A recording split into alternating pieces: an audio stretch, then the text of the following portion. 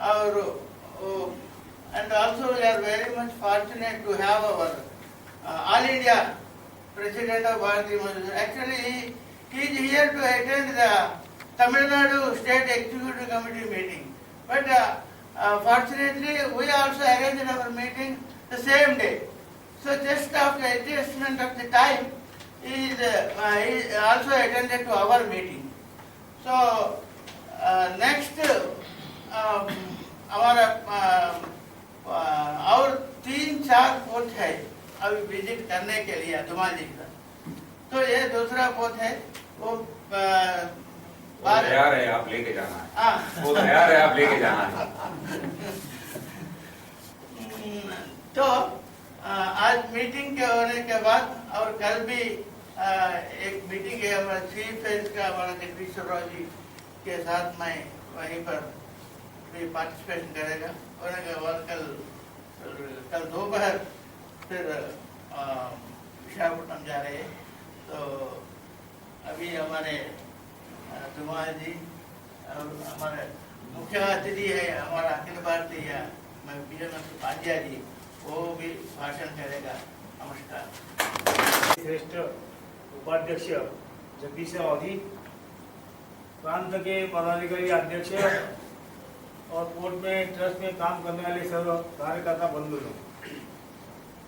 आज अपना जो विषय में लेके आया था वो विषय को जरा हम लोग बाद में देखेंगे। कुछ जानकारी मैं लेना चाहता है और जानकारी लेने के बाद हमारा पोर्ट का पहला एक विजिट में पोर्ट में सब हिंदी समझते हैं ना थोड़ा तो सारा पोर्ट का विजिट करेगा और विजिट करने के बाद पोर्ट का समस्या क्या है, जमीन क्या है, हर पोर्ट को मैं विजिट देना चाहता है, वर्कर्स को मिलना चाहता है, वर्कर्स कैसा काम करता है वो देखना चाहता है, वहाँ पर कॉन्ट्रैक्ट का वर्कर है वो देखना चाहता है। समस्या तो आपका रिजर्वेशन आ जाया है, बहुत समस्या आने वाला है, समस्या का संकलन भी करेंगे और हम सारे लोग आगे बढ़कर हमको जाना है। ये सौभाग्य की बात है चेन्नई पोर्ट के लिए कि जो मनसुख भाई मांडविय हमारे मिनिस्टर है, तो वो सौराष्ट्र से आते हैं, उनका एक मतदार संघ कॉन्स्टिट्यूंसी वहाँ गुजरात की है और हमारे गुजरात के महाराष्ट्र अध्यक्ष अखिल भारतीय अध्यक्ष गुजरात से बने हुए। मेरा पहले ही मीटिंग होके उनसे मैंने बताया कि भाई मांडविया जी से हमारा एक मुलाकात कर दीजिए, पॉलिसी निर्णय जो पोर्ट के बारे में उसको डिसाइड करेंगे और पॉलिसी डिसीजन होने के बाद मांडविया जी का हमारा सारा हिंदुस्तान का पोर्ट जितना है अध्यक्ष प्रेसिडेंट को एक कमेटी बना के सारा समस्या उनके पास हम लोग लेके जाएंगे। वही प्रांत से हमारे अध्यक्ष जी है, तो अध्यक्ष जी बताया कि मैं हसुभाई दवे अपने पूर्व अध्यक्ष थे, उनका वो चेला है स्वयंसेवक है, तो वो उससे बात करके हम लोग करेंगे। मैंने अध्यक्ष जी बताया कि भाई उनका गुजरात में आपका और उनका कभी दौरा रहेगा तो गुजरात में मैं मिलना चाहता हूँ, जगदीश राव हम लोग मिलेंगे। हमारा फ्रेमवर्क क्या है डेविस का वो जानते हैं, लेकिन इस इंडस्ट्री में पोर्ट एंड डॉक में हम लोग क्या काम करना चाहते हैं उसका एक कोई डॉक्यूमेंट बन रहा है, जैसी जानकारी मिल रही है उसका एक डॉक्यूमेंट बनेगा और उसके तहत हमारा एक पोर्ट और डॉक के लिए आप लोग मांडविया जी क्या करने वाले हैं। बीएमएस हिंदुस्तान में बनना चाहिए कि नहीं बनना चाहिए, तो बनना चाहिए वो बोलेंगे। फिर वो बनने के लिए आप तो सरकार में है तो आपको कुछ कर्तव्य दायित्व तो निभाना है बीएमएस के लिए, ऐसा होता है कि इंडिविजुअल इश्यू नहीं लेके जाएंगे, कोई इंटरेस्ट वाले विषय हम लोग लेके जाएंगे संगठन के बारे में। तो उनसे मेरा इंद्रन भाई से बात हो गया है, बहुत जल्दी उनको जाके हम लोग मिलने वाले हैं और उसके बाद हमारा संगठन करेगा। लेकिन आप सारे वर्कर यहाँ के पोर्ट के हैं तो उसको इसके लिए मुझे कुछ जानकारी चाहिए।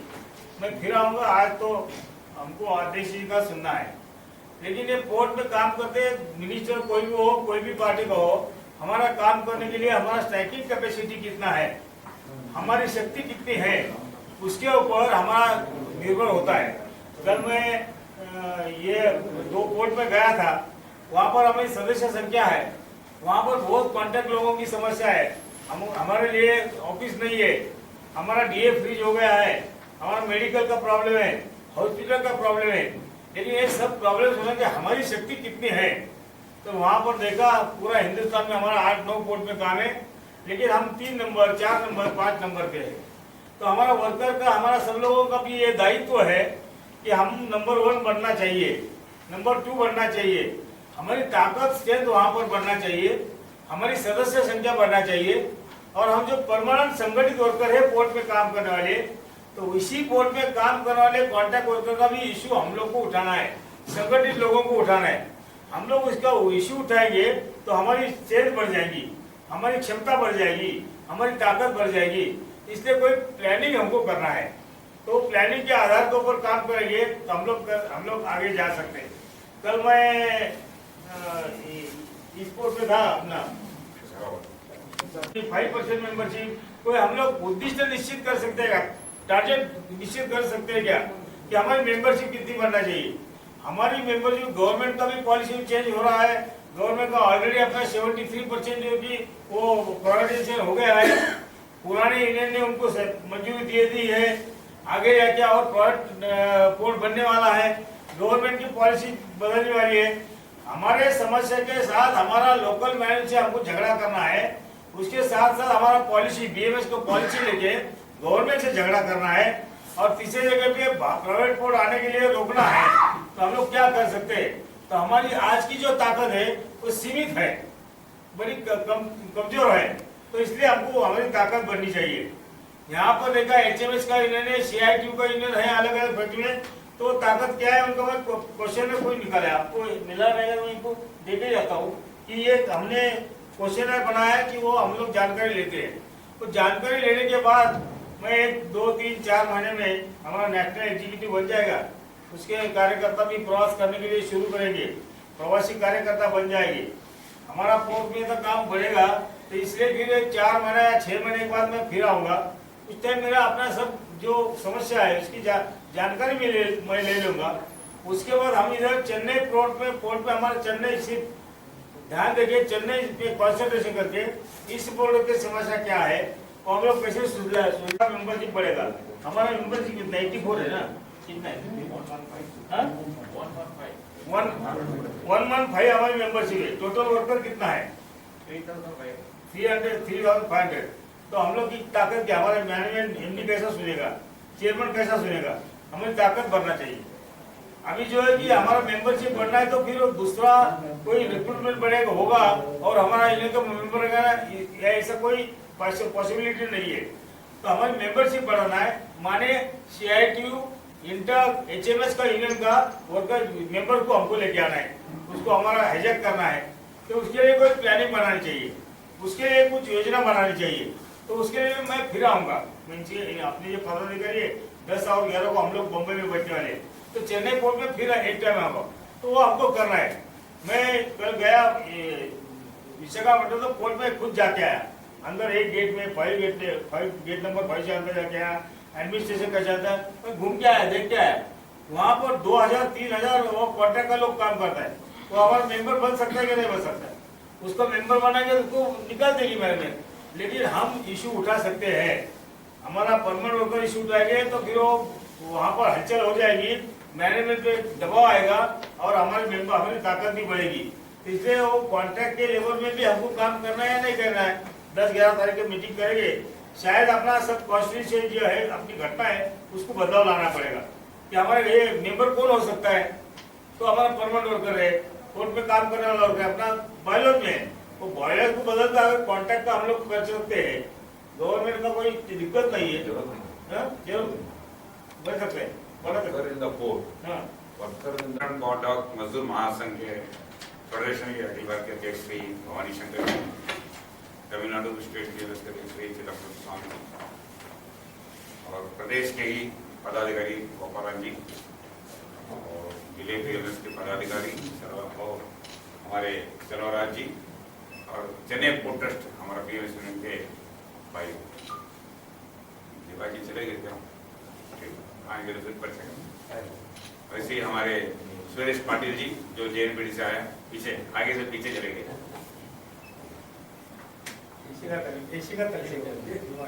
वो चीज जो चीज मैं कभी आपसे पूछा नहीं, एक्चुअली इस संगठन को आगे लेके जाना है तो if you want to take this organisation in forward position, we have to know our actual strength. Basing on our actual strength only we can plan our activities so that we can grow. So he started this activity in a right direction at initial stage. मैं बहुत ही सौभाग्य I am very much enlightened that yesterday we had a meeting to hand over my responsibility in the EPF Sangh, to which I am the Prabhari, to new Prabhari at Hyderabad.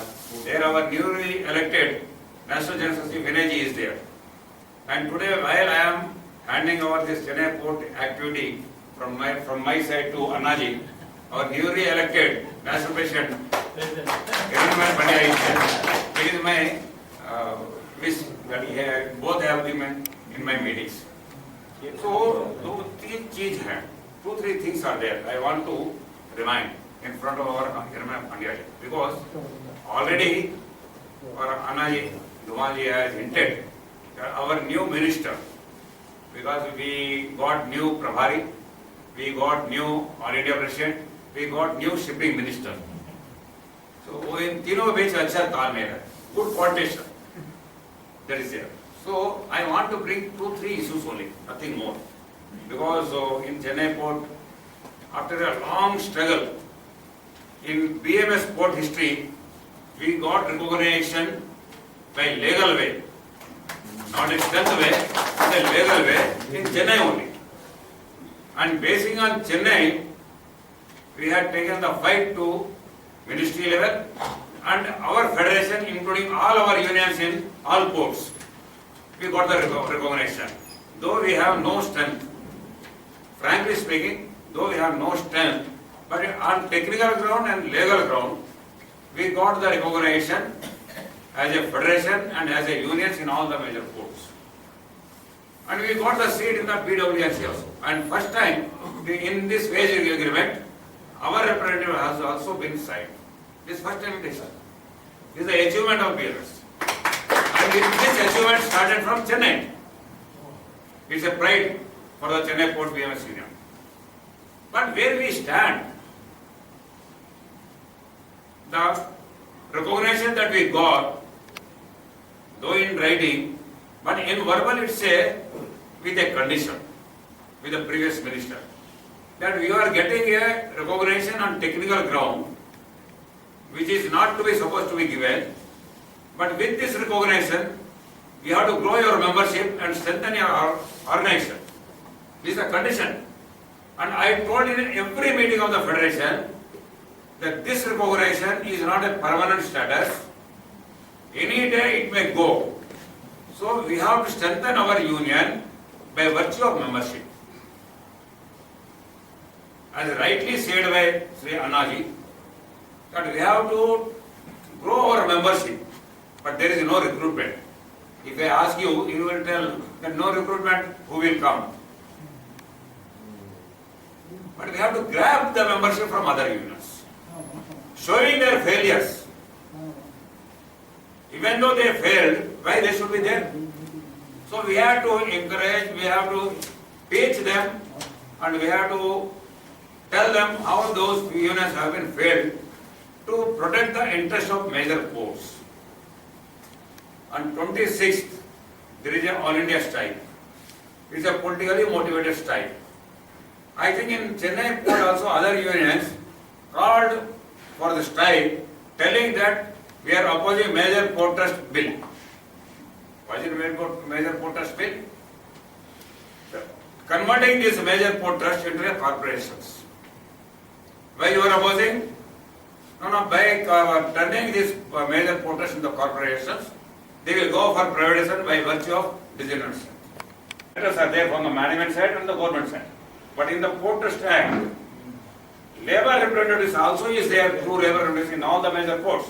The first two unions who are recognized, first two unions represent as a trustees in all major ports. With their consent, with their approval only, all these ports have been given on PPP position. They have never opposed this. When they never opposed this, how they can oppose the privatization of ports? Where is the justification? and you have to target them directly. This is the main thing. We should not bargain that you give me this, you give me this. We want membership. We want to get labor trustee. Our Selvaraj is telling that with the help of Central BMS, we should get a labor trustee, or we should get a trustee on other interest. What is other interest? Other interest, they are appointing 4 trustees on other interest representing various categories by government. And by government means they have to support the government policy. We may get, but we are forced to be under pressure of government. There will be no freedom for us to talk on behalf of workmen. So there is a privilege in courts now that we can get a labor trustee by virtue of increasing our membership, so that we can protect in the trust board meetings the interest of workers, the interest of major port, to protect the lands of the major ports which are going to be sell out to the private parties. So there is a bigger role to be played by the labor trustees, which the existing labor trustees from ATEC, C2, INTEC and HMS failed throughout the country. In one port HMS INTEC, in one port ATEC and C2, in one port HMS and INTEC. Like that, they are the trustees. In Mumbai, both the labor trustees are from HMS. So like that, they are the trustees, and they given the approval for the privatization PPP project, and only administrative and some parts are now being left with the major ports. So who is responsible? They are responsible.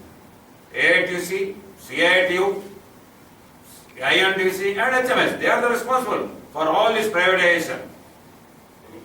So as a BMS now we are protecting that. Under Sagarmala project, new maritime policy, government announced to establish near about 182 ports, entire coastal area from Gujarat to West Bengal. We have a very vast coastal area, and government wants to improve the business through sea areas, seaways. To develop a, already in ancient period there are minor ports under higher positions and well expressed in the HR matters. And in HRD, he is in charge for HRD in BMS. And I seen personally how he tackled in the ILO also. Continuously he is representing India on behalf of Indian workers in the ILO. So his well-rich experience will give a new thrust in our port industry for the development of BMS activity in entire port sector. Dhanyawad, namaskar.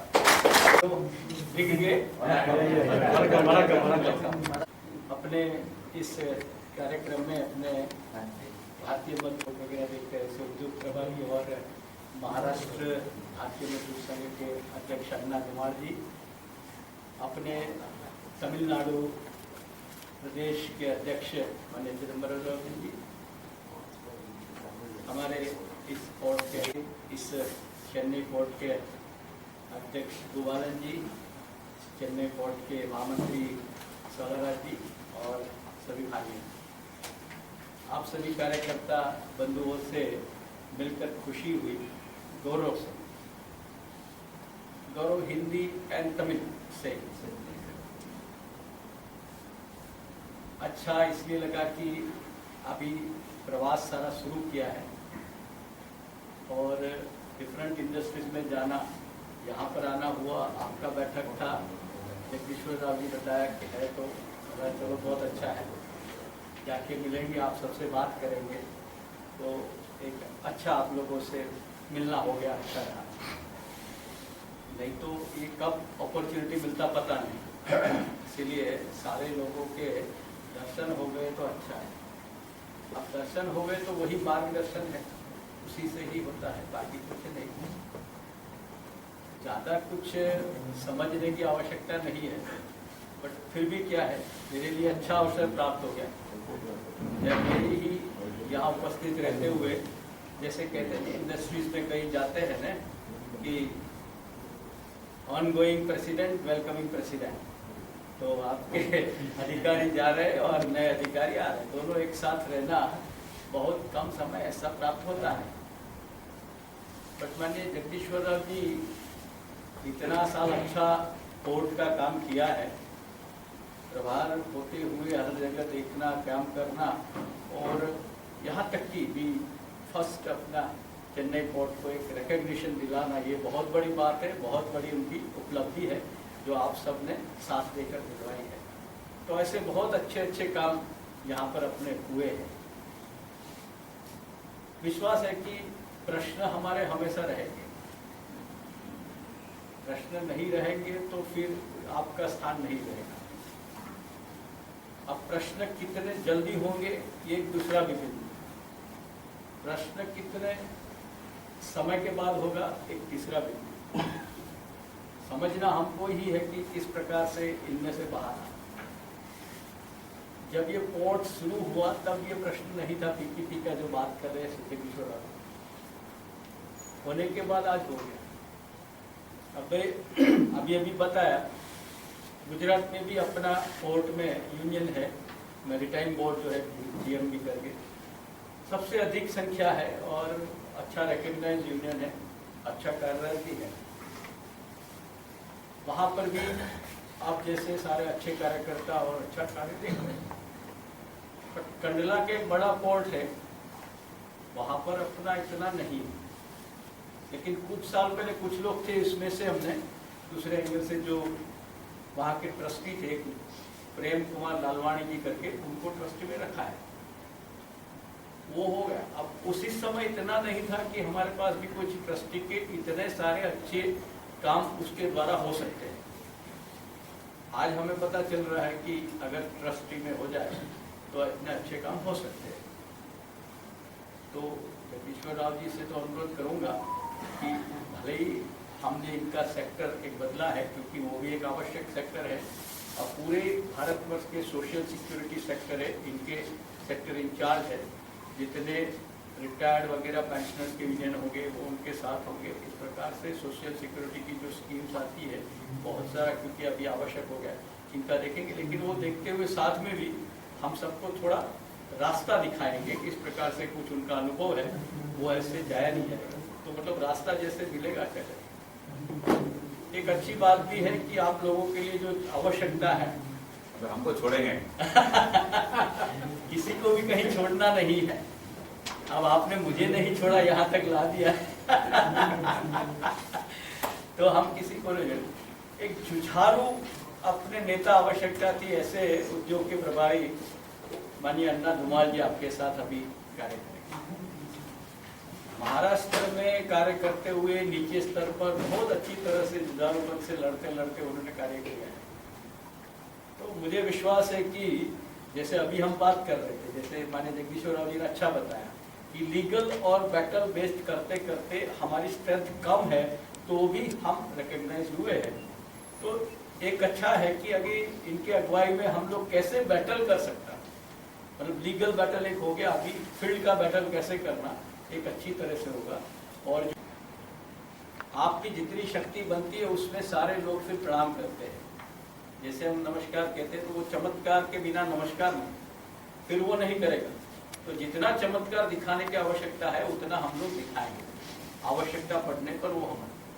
और आपके साथ इसीलिए पूरा भारतीय मजदूर संघ खड़ा है। हम लोग जो इस प्रकार से किए, अभी कहा तो पूरा पोर्ट जो पूरा अपने बनाए हैं माननीय भवानी शंकर भी है। अब सारे पोर्ट अपने साथ है, किस तरह से बात करना क्यों करना वो है। माननीय अन्ना जी ने बताया कि हम लोग पॉलिटिकली बात करेंगे, जितना हो सकता है उतने उनको उनकी भाषा में समझाने का प्रयत्न करेंगे, क्योंकि गुजरात में है, मैं भी गुजरात से हूँ, समझ में आ सकता है, बातचीत पे तो अगर मन में आ जाए तो अच्छी बात है। तो कुछ चीज़ों के लिए ठीक है, लेकिन कुछ चीज़ों के लिए तो वह शक्ति भी आवश्यक रहती है, क्योंकि जितनी शक्ति आप दिखाओगे तो कोई यहाँ से आपको हिला नहीं सकता। पूर्व में बहुत सारे ऐसे उदाहरण हैं कि इस प्रकार से जिन्होंने जो अपनी ताकत दिखाई है तो वहाँ से बाकियों को पीछे ही हटना पड़ा। वहाँ सो आप किसी को भी नहीं कर सकते। आप भी इस तरह से अगर खड़े हो जाते हो तो काम, लेकिन क्या आएंगे तो हम लोगों को थोड़ा तकलीफ होता है। इससे बड़ा नुकसान हम सबको होगा। अभी पोर्ट इंडस्ट्री हो, बैंक इंडस्ट्री हो, रेलवे इंडस्ट्री हो, बाकी इंडस्ट्री, उसको जिंदा रखना हमारे हाथ में, मतलब हम लोग वो कर सकते, हमारे हाथ में ही है, और वो ताकत है, वो हम करके दिखाए। पूर्व में भी आप देखिए कि भारतीय मजदूर जहाँ जहाँ गया है, जिस प्रकार से लड़ना हुआ तो लड़ पाए। हम इसीलिए नॉन पॉलिटिकल कहते हैं, क्योंकि अगर चाहे भाजपा की सरकार हो, उसके सामने लड़ना पड़ा तो लड़ रहे हैं। ऐसा नहीं कि भाजपा की सरकार है तो नहीं।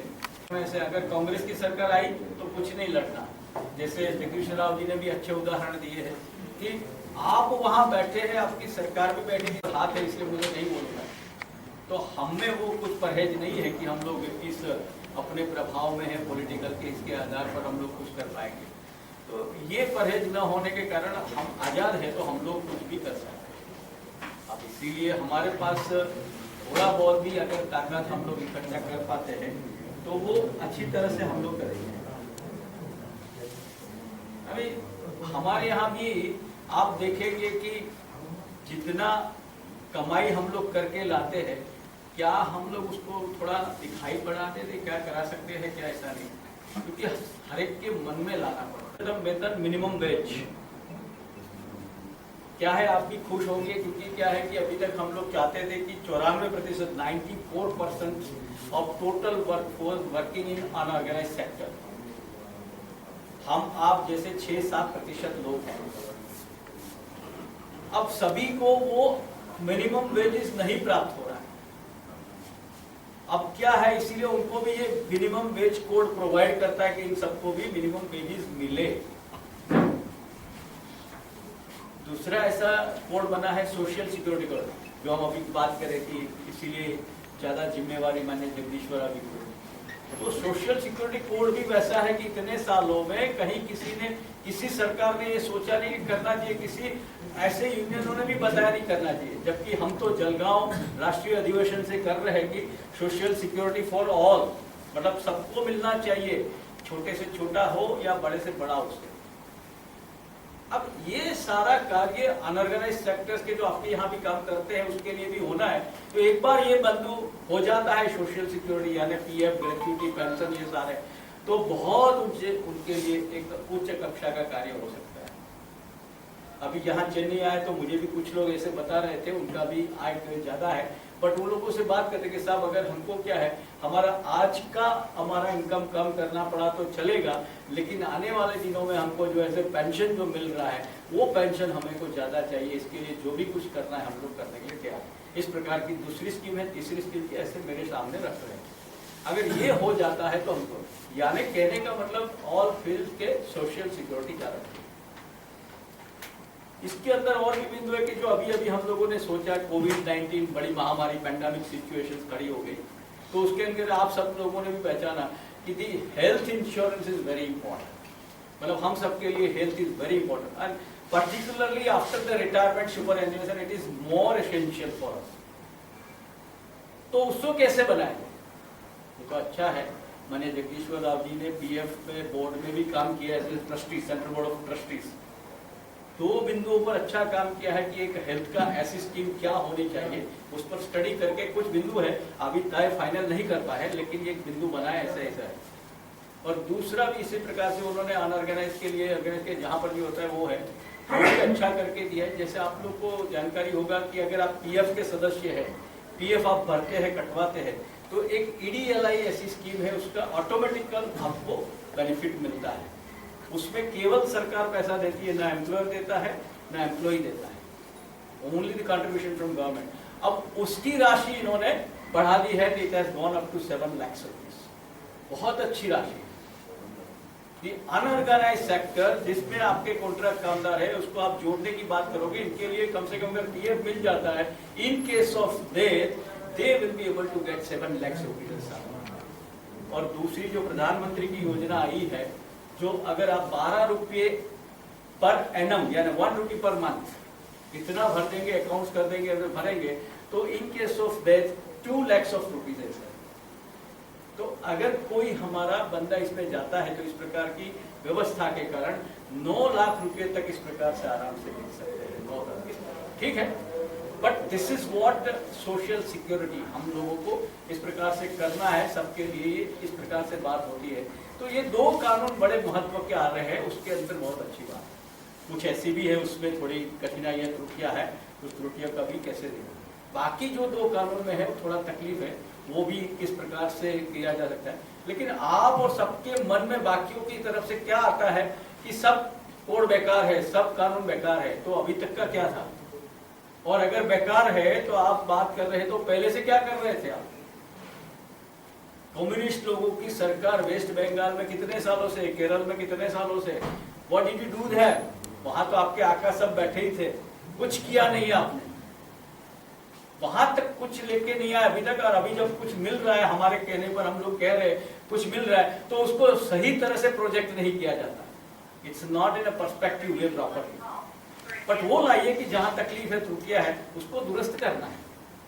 पृथ्वी धरा पर ऐसी कोई वनस्पति नहीं है, ऐसे कोई पेड़ पौधे नहीं, नॉट ए सिंगल वन, कि उसमें औषधि न हो, दवाइयां का गुण न हो। हाँ, ये है कि हमें वो जानकारी नहीं कि इसमें क्या दवाइयां गुण है, तुलसी में क्या गुण है हमको जानकारी नहीं हो सकता है, नीम में क्या है हमें जानकारी नहीं हो सकता है, कड़ी पत्ता में क्या हमको जानकारी नहीं हो सकता है, ये सब। लेकिन इसका मतलब उसमें तो है वो गुण। इसी प्रकार से आप लोग जो है, इससे पृथ्वी धरा पर कोई भी पुरुष ऐसा नहीं है जिसमें कोई ताकत नहीं है। अयोग्य पुरुष कोई नहीं है, सब में ताकत है। लेकिन वो ताकत अपने में है, वो बाहर लानी है। अगर नहीं आती है तो इसीलिए योजक से तत्र दुर्लभ, मतलब ऐसे योजनाकार दुर्लभ है, लेकिन आपके लिए योजनाकार दुर्लभ नहीं है। जैसे जगदीश्वर राव जी है, अन्ना धुमाल जी है, भवानी शंकर जी है, चिदंबरम स्वामी, ऐसे लोग जो आपके पास पड़े हैं, वो आपको सिखाएंगे बाहर। एंड इसी के जरिए हम लोग जहाँ से है वहां से और ऊपर तक जाने की कोशिश करेंगे। और उदाहरण नहीं दे रहे, लेकिन आप सबको मालूम है हनुमान जी का रामायण में, उनको वो जा सकते थे उड़कर, लेकिन भूल गए थे कि मैं जा सकता हूँ। भगवान श्री राम और बाकी बाली जी ने उनको याद दिलाया कि भाई साहब आप इतने ताकतवर है कि वहां से उड़कर जा सकते हो, उसमें पहले कोई जरूरत नहीं। तब याद आया कि हाँ, तो ऐसे जरूरत पड़ती है, मुझ में ताकत बहुत है। इसीलिए तो आप लोगों में बहुत अच्छी ताकत है। आप तैयार है, खड़िए हो जाओ तैयार साथियों। तो हम लोगों को करना है, आगे बढ़ना है। जितना आप आगे बढ़ पाओगे उतना आप में ताकत है। एक कोर्ट क्या, सारे कोर्ट के प्रति हम लोग प्रतीक्षा करें और हम अपना योगदान एक से दूसरी तरफ भी देंगे।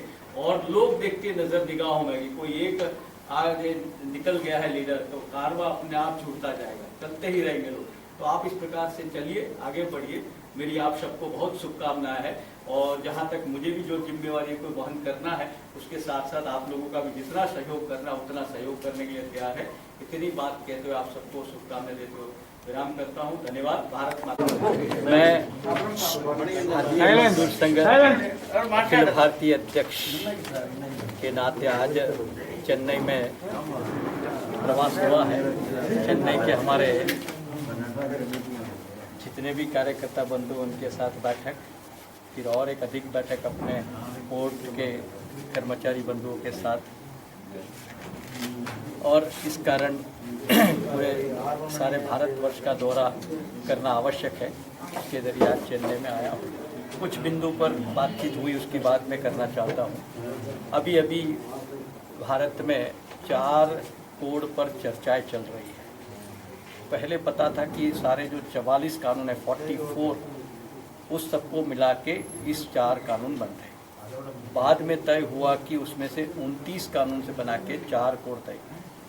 उसके तत्पश्चात चारों कोड अपने पार्लियामेंट लोकसभा में पारित कर दिए हैं। अब उसके बाद बनता है उसके रूल्स बनाना होता है। अब रूल्स बनने के यानी नियम जो उसके बनते हैं, तो उसका ड्राफ्ट भी रेडी है।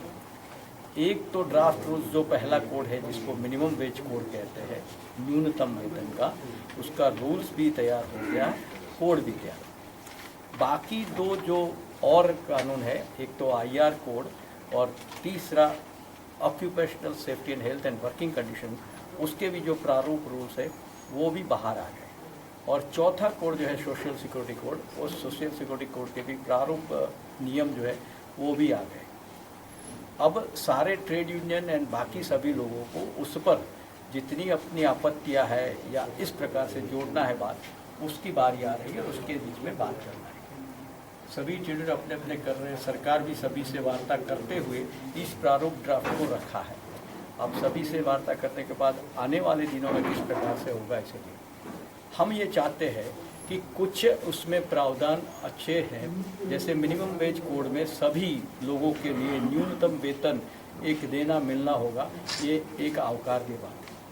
इसी प्रकार सोशल सिक्योरिटी कोड में भी जो नए सोशल सिक्योरिटी पर सभी को प्रावधान का फ़ायदा मिलेगा, इस प्रकार उसका भी स्वागत है। लेकिन कुछ ऐसे बिंदु वहाँ पर भी है और बाकी एक IR कोड और ऑक्यूपेशनल सेफ्टी हेल्थ कोड में भी ऐसे श्रमिक विरोधी जो प्रावधान है उसका बड़ा विरोध करना आवश्यक है, नहीं तो आने वाले दिनों में इस श्रमिकों की हालत और मुश्किल और बढ़ जाएगी। एक दो बिंदु ऐसे छोड़ता हूँ, क्या है कि जिस प्रकार से पहले की तरह ट्रेड यूनियन का पंजीकरण होता था, रजिस्ट्रेशन ऑफ ट्रेड यूनियन, वो उसी प्रकार से न होते हुए एक अलग बिंदु बातें बता रही है, तो ये भी एक होना आवश्यक है। नहीं तो धीरे धीरे नए ट्रेड यूनियन रजिस्ट्रेशन प्रोसेस में रुकावट के कारण नया रजिस्ट्रेशन नहीं हो पाएगा। इसी प्रकार से ऑक्यूपेशनल सेफ्टी कोड में भी कुछ बिंदु ऐसे नज़र आते हैं जिसमें क्या है, स्टैंडिंग ऑर्डर, स्टैंडिंग रूल्स जो है वो लागू होता है, वो उसकी सीमित मात्रा 100 की थी, अब उसकी बढ़ाकर 300 के अधिक वाले में ही लागू होगा। तो ऐसे 300 से अधिक कर्मचारी वाले कंपनीज बहुत कम मिलेंगे, 300 से कम वाले बहुत, तो उसमें से निकल जाएंगे। और निकल जाने की वजह से जो भय है कि किसी को टर्मिनेट किया जाएगा और किसी को निकाल दिया जाएगा, जैसे हम पहले कहते हैं हायर एंड फायर्ड वाला, इसी प्रकार की नीति आ जाएगी तो तहस महस हो जाएगा। इस तहस महस को रोकना भी आवश्यक है, इसीलिए आने वाले दिनों में इस पर भी विचार कीजिए। भारतीय मजदूर संघ अपने संगठन में अधिकतर से विचार कर रहे हैं। आने वाले फरवरी में हमारी अखिल भारतीय स्तर की बैठक होने जा रही है और ये भी सौभाग्यवश इस चेन्नई में ही हम करने वाले हैं। वहाँ पर इसके लिए आगे की रणनीति भी बनाई जाएगी, आगे की उसकी सोच भी कर लेंगे और सभी के साथ करते हुए क्या होगा उसके बारे में चर्चा होगी। आप बोल दीजिए, हिरण्मय आपका नाम बोल दीजिए। मैं हिरण्मय पंड्या, भारतीय मजदूर संघ अखिल भारतीय अध्यक्ष।